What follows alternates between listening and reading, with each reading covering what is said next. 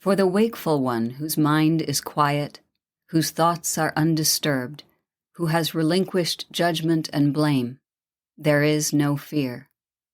The Buddha.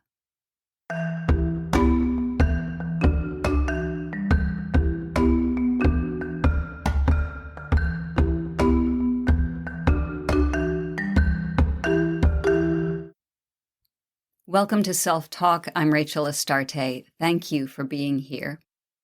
Today we're going to continue our discussion about the fundamentals of the foundation of self by talking about non-judgment. So grab your favorite notebook and your favorite pen, and we'll dive in. Non-judgment is the lifeblood of foundation of self work. But before we talk about non-judgment and how it plays such an important role in the building of our foundation of self, let's look for a minute at what judgment is and why we judge in the first place. Judgment of our surroundings is part of our safety and survival instinct. We're consciously or unconsciously sniffing out our environment all the time. What we want to know is this: are we safe? If we see something that doesn't seem right to us, our animal instinct causes us to pull back. So, for example, with people, should I get close to this person? Are they safe to me? Think of this.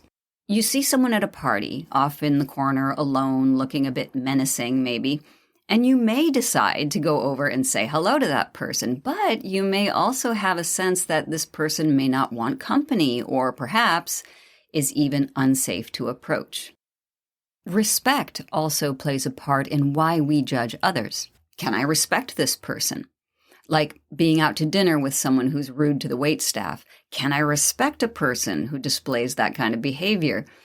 Is this a person I feel comfortable spending time with? And another reason that we judge is that we humans need to understand the world around us. In the 1950s, the Austrian psychologist Fritz Heider looked into this desire to understand our world. The result of that was his attribution theory, the process by which individuals explain the causes of behaviors and events. In other words, making sense of why people do what they do. Part of attribution theory is the concept of our perceived locus of causality. That's the origin of our perception, which can be internal or external. Are we judging based on something within us or outside of us? And we'll talk more about that in a minute.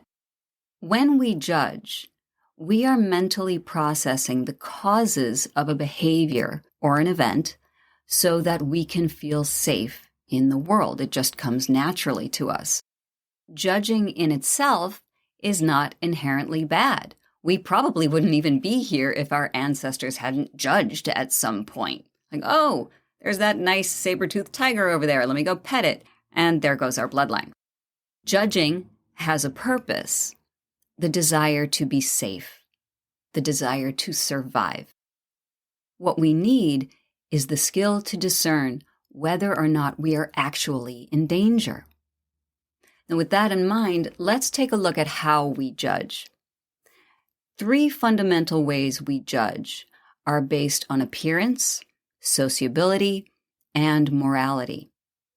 A basic example of how we judge based on appearance alone is the symbolism in old Western films. The guy in the white hat is good and the guy in the black hat is bad. Or, that meat looks rotten, I better not eat it. Judgment based on sociability harks back to our animal nature. Again, the example we gave earlier, it's a pack mentality. If there's a member of the tribe that has isolated itself, it may be because of illness, so it's best to stay away. With morality, we judge based on whether or not we believe someone else's beliefs in what is right and just align with our own. Now, this brings us to that discernment part. Are we really in peril if we encounter someone whose beliefs don't align with our own? Carl Jung's concept of projection is a nice segue here. Carl Jung's a Swiss psychiatrist in the early 20th century. Anyway, here's what Carl Jung says. Although our conscious minds are avoiding our own flaws, they still want to deal with them on a deeper level. So we magnify those flaws in others. Okay, we're taking a leap here, so stick with me. Our conscious minds know that we have flaws, and we want to deal with them on a deeper level. We can't quite, so we magnify those flaws in others. That's projection. Right. So Carl Jung suggests that the parts of us that we avoid or disown become part of what he calls our shadow. Here's where the morality part comes in. For example, if I have disowned my sexuality, my morals say that one should suppress one's sexuality and dress modestly. But I see a woman who's scantily clad. I may judge her as being unvirtuous or an indecent person. I project onto her the hidden sexual part of myself. My morality, which is subjective, causes me to judge another person, perhaps and very likely in this case, unduly. Because all beings are interconnected, when we judge others, we are judging the self, ultimately.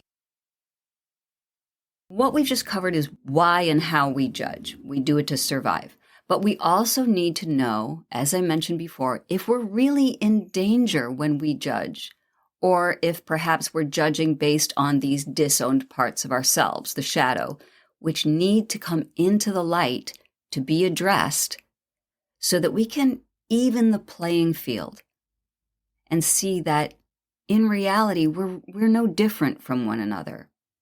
Compassion, in other words, for our fellow human beings. If you want to learn more about the shadow and how to integrate it, I invite you to listen to episodes 13 through 15 of this podcast. And there's also a couple of exercises in integrating the shadow in there as well, which might be helpful. So now let's return to non-judgment.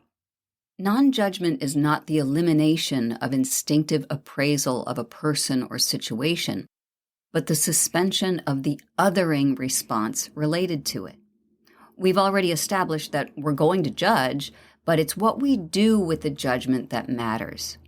And that scantily clad woman example is a great one. That's part of who I am. So when I see her sharing her sexuality, then I recognize, okay, I have that in me too. I may not choose to show it, but we both are similar in that way. We both have sexuality. So far, we've been talking about judgment of others, but now let's look at non-judgment of ourselves. We don't want to other ourselves any more than we want to other those around us. That compassion that we have for those around us, we also want to have for ourselves as well. Why not? Well, there are a lot of benefits of practicing non-judgment of ourselves. For example, when we don't judge ourselves, we don't fall into the comparison trap. Let's say we see a post on Instagram by someone in our line of work who's already established in our common field, but they've done it at a much younger age. Or let's say they have thousands of followers and you have 12. When we compare, we shame ourselves. Non-judgment eliminates that. We can remind ourselves why we do what we do and take solace in the fact that our path is our own. We will walk it at our own pace. Another benefit of non-judgment is that instead of comparing ourselves to others, we create a feeling of connection with others, and shadow work is a great way to practice that. Also, when we're not judging ourselves, we then have clarity of vision, and that helps us in wise decision-making. We can see more of life's beauty. Not judging ourselves clears the way to appreciate the magic of life all around us. It helps us to be grateful for this life, which leads to peace of mind. It's about having compassion toward others and the self. I can have compassion for someone who's different than I am, and for myself, because there's no reason to judge. I'm safe, I'm secure, and we're all connected. Not judging ourselves means I accept where I am, even if I want to change what is going on in this moment. Not judging ourselves allows us to move into deep inner work more freely. We eliminate the obstacle of shame. Why did I do that? I'm a mess. That kind of self-talk. It doesn't help. Hi, it's Rachel here. If you'd like to dive deeper into self-development, but you're looking for an alternative to traditional talk therapy, maybe you want to eliminate self-doubt and begin to live your true calling in this life. Maybe you're looking for community and connection. Then the Write Yourself Open program may be perfect for you. For a full year, we meet bi-weekly for guided meditation, reflective journaling, and group discussion. This isn't just another personal development course. Write Yourself Open combines the best of individual therapy, group therapy, creative arts, and spiritual practice. You'll have access to a private podcast of all the guided meditations so you can work with them whenever you want. You'll also get monthly one-on-one sessions with me for personal support, not to mention that community of like minds. Those aren't actually all the perks you get. So visit writeyourselfopen.com to learn more and to register. Join anytime. You don't have to have any previous meditation or writing experience. That's writeyourselfopen.com. Now, back to the episode. So let's bring back attribution theory and the locus of causality. According to Heider, the origin point of our perception is either internal or external. For example, I am terrible at gardening. That is internal attribution. That's me. That can be shifted into there was too much rain this season to grow healthy crops. That's external attribution, right? That happened because of something outside of me. Now, the goal is to take external information and integrate it so that we have a stronger sense of self.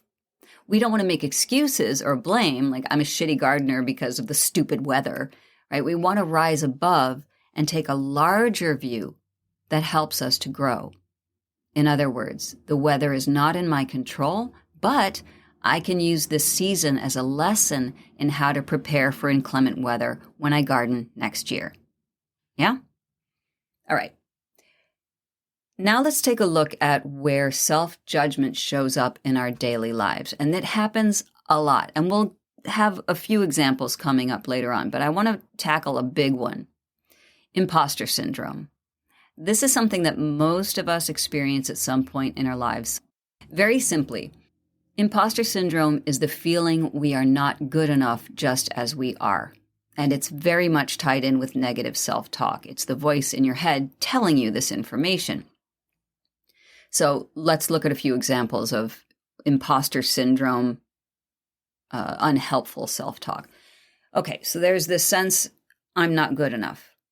When we apply non-judgment and we're moving toward self-acceptance, we can reframe that feeling of not being good enough to seeing myself as a being in progress, right? So I'm not good enough becomes, hey, I'm a work in progress. Right? You see how there's growth to that. Imposter syndrome may bring up feelings of being a fake, right? I'm a fake. I'm people are going to figure me out eventually. I'm no good at this and I'm going to get caught. When we reframe that with non-judgment, we can say, I'm owning my place in the world, right? I'm doing exactly what I can do in this life. Imposter syndrome might also give us a feeling that we are undeserving, self-talk. I'm undeserving of accolades or compliments. We can reframe that to recognize our strengths, right? So instead of feeling undeserving of an accolade, we can say, well, here are some really great skills that I have. And so, yeah, I can see why somebody would want to compliment me. And finally, comparing yourself to others. We talked a little bit about that, right? But here's a particular flavor of the comparison trap and imposter syndrome is that when other people are successful, we feel threatened. And we can reframe that by inclusivity. We can honor other people's progress as well as our own. They are on their path, I'm on mine, as I mentioned earlier. So look at how we're taking the internal belief and expanding outward to see the larger picture so that we can integrate that new idea into our self-perception. You can see that it's much more forgiving and gentler to do that for yourself. We kind of clear the path so that we can keep going. So why is non-judgment such a vital tool as we build a foundation of self? Because as you embark on inner work, you will be facing elements of yourself that you want to change. And it's much easier to make necessary shifts in your behavior when you remain open and supportive of yourself on this journey. Judging yourself puts the brakes on your progress immediately, screeching to a halt. So here's how that might show up as you do foundation of self work.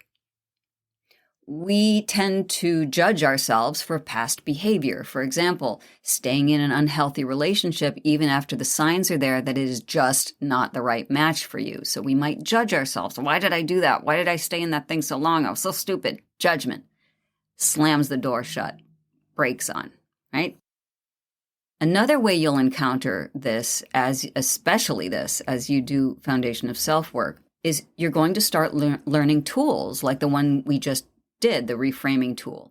And let's say you're reframing negative self-talk, in this case, emphasizing the false belief that you're not good enough, right?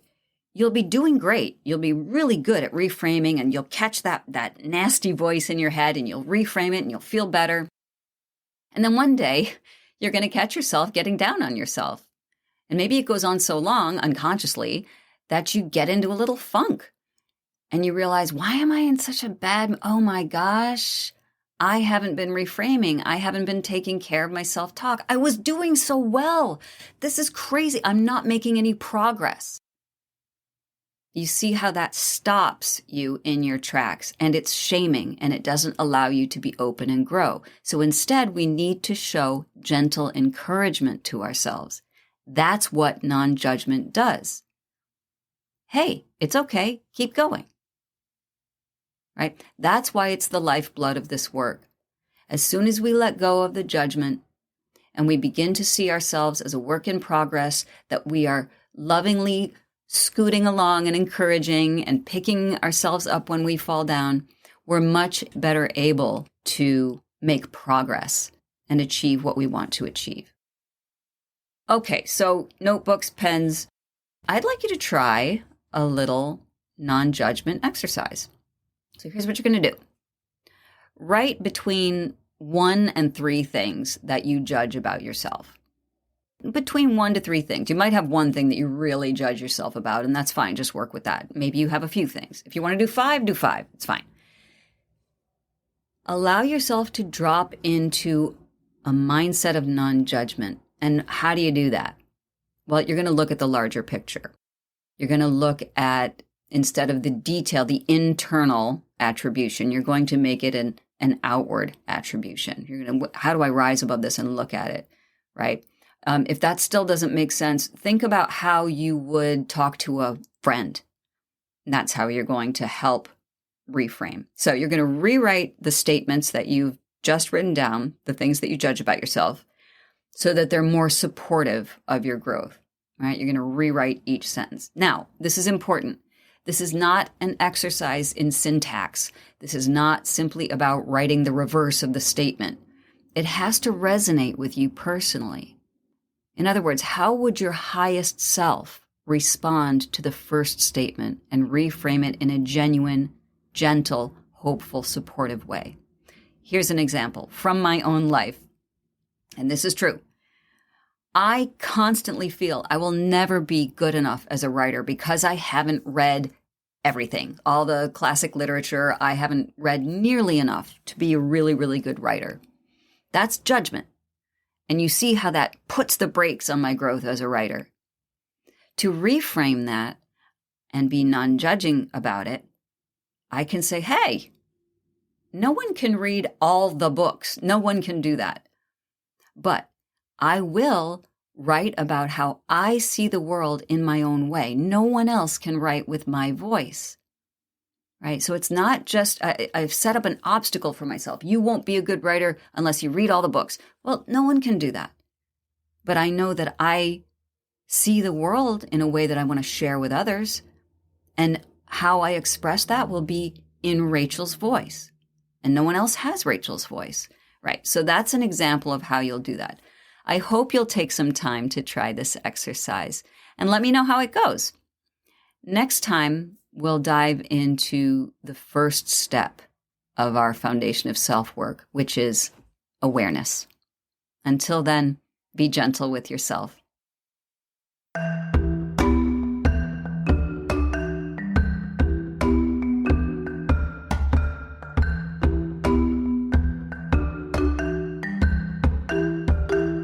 Hi, this is Rachel Astarte from the Self-Talk Podcast. I'd love for you to send me your emails with questions or stories about yourself. What are you looking for? What are your questions? What are you grappling with in your own personal life that has to do with your identity, with yourself, with your very existence? These are the things that we're going to talk about during the podcast. And go ahead. It's all right. Get deep. I can handle it. So send them to Rachel@selftalkpodcast.com. And I'll see you on the next episode.